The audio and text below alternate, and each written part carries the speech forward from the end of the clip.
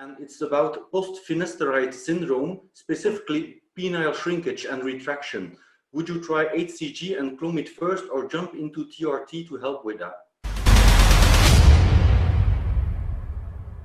You have probably some experience, Jordan, no? Right up your alley. I know you hate finasteride, and I know it's a very, very popular drug in urology at the first sign of BPH.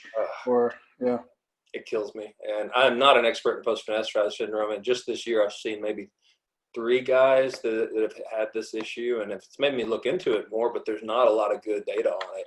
The penile shrinkage thing, I mean, to me, it's just a lack of that, penile health that you get from blocking the DHT.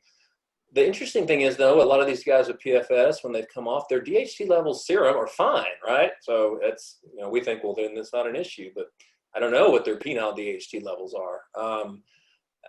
I think from what I've seen, or somebody was outside, jumping to Clomid and HCG, it doesn't work. I mean, unless it's a young guy, right? That's reasonable to try a kickstart and all that, but realizing it's a kickstart, try to if their testosterone is low, and usually they are. I see these guys and their testosterone in the 400s or something like that, and they're symptomatic, but the best symptom resolution that I've seen is with testosterone. It just is. And then you do have the fertility concerns because these guys are young, but I've heard these stories. I've looked at the PFS forums, which are a freaking dumpster fire of bro science.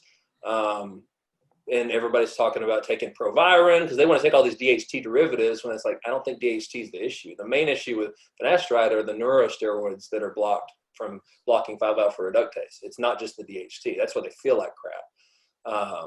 The penile shrinkage stuff, I don't know. I'm not being flippant about it. I think some of that's in the head sometimes.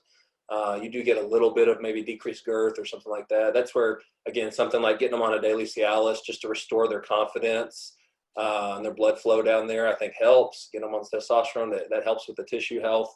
And then we figure out the fertility side of things. It's a big problem. I mean, I don't see it a lot. I've had a few guys. One came to see me, and then he ended up, I think, talking to Dr. Mark Gordon about his protocol, which I think is Clomid. He didn't like that. So then he went to Mayo Clinic, and he said they were just not helpful at all. Isn't Gordon the one that said that applying creams to the penis will increase size? Yeah, I think so. So, yeah. I'm not going to get into that. So we all have our own opinions about things. I mean, you got to try. These guys are desperate, and I get it, right? They're young guys, and they're desperate. They've lost their sex drive. They feel like their penis is shrinking. But what I've seen, the worst of them is that they overthink it. They just get online, and they start diving into these forums, and they're getting mixed signals. And so they just want to try everything at once, and they think it's going to get better, within a matter of a few days or weeks. And it's not. They've got to ride it out. It's a big deal, but you've got to be patient, and you can't flip out about it, and you can't overstress yourself by reading forums and bad advice, because you're never going to feel better. And this applies to testosterone replacement guys as well. You can't constantly be checking differing forums that are completely opposed to each other, and then you're confused all the time, and so you're tweaking your protocol all the time. You're never going to be better. It doesn't matter what you do. You're going to constantly you're basically a hypochondriac at that point. So that's what I do see with some of the PFS guys, because a lot of them are young, and they start maybe getting a little male pattern baldness in college age, right? And they're 21 or 22, and they take Propecia, and it causes some major issues. So I hate 5-alpha reductase inhibitors. Hate them.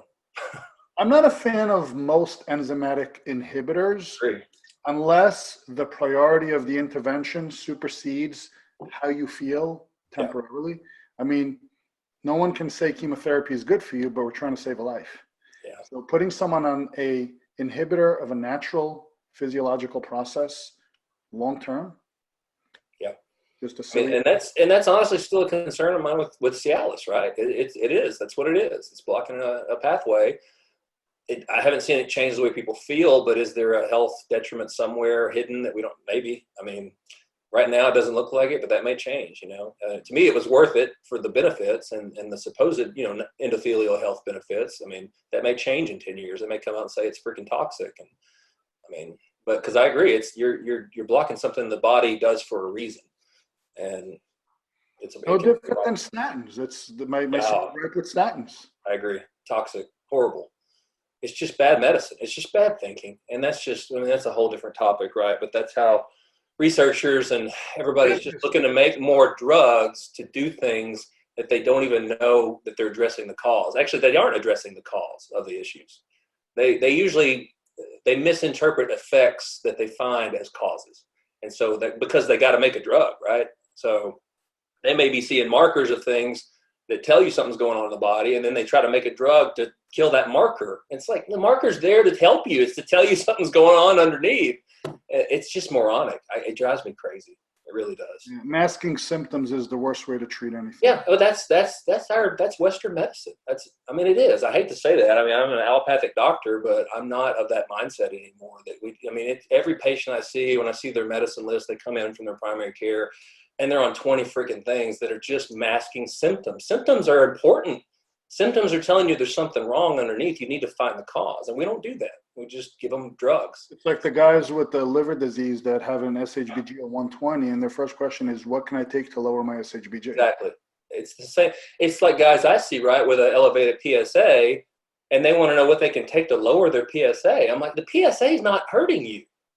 The PSA is a marker. We need to find out if it's a problem or if it's just your PSA, right? It doesn't matter. But urologists do this crap all the time. We got to put you on finasteride, get that PSA down. What? It just kills me. It really does. It's a horrible way of thinking about things, and I don't jive with that. So.